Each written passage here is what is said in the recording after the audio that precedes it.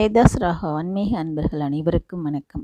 நாம் இன்றைய பதிவில் காண இருப்பது விநாயகரின் முக்கியமான 18 மந்திரங்கள் மற்றும் கடன் தீர்க்கும் ஸ்லோகம். கர்ம வினையின் காரணமாக பிரச்சனைகளையும் சங்கடங்களையும் எதிர்கொள்ள வேண்டிய சூழ்நிலையானது நமக்கு உண்டாகிறது. அதை சமாளிக்கக்கூடிய மனப்பக்குவம், மனதைரியம் உங்களிடத்தில் எப்போதும் இருக்க சதுர்த்தி நாளில் விநாயகரை வழிபாடு செய்யுங்கள்.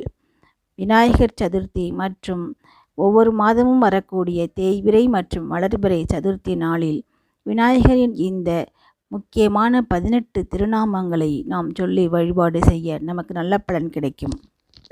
ஓம் சுமுகாய நம, ஓம் ஏகதந்தாய நம, ஓம் கபிலாய நம, ஓம் கஜகர்ணாய நம, ஓம் லம்போதராய நம, ஓம் விகடாய நம, ஓம் விக்னராஜாய நம, ஓம் விநாயகாய நம, ஓம் தூமகேதுவே நம, ஓம் கணாத்யச்சாய நம, ஓம் பாலச்சந்திராய நம, ஓம் கஜானனாய நம, ஓம் மக்ரதுண்டாய நம, ஓம் சூர்பகர்ணாய நம, ஓம் ஹேரம்பாய நம, ஓம் ஸ்கந்தபூர்வஜாய நம, ஓம் சித்தி விநாயகாய நம, ஓம் ஸ்ரீ மகா கணபதியே நம.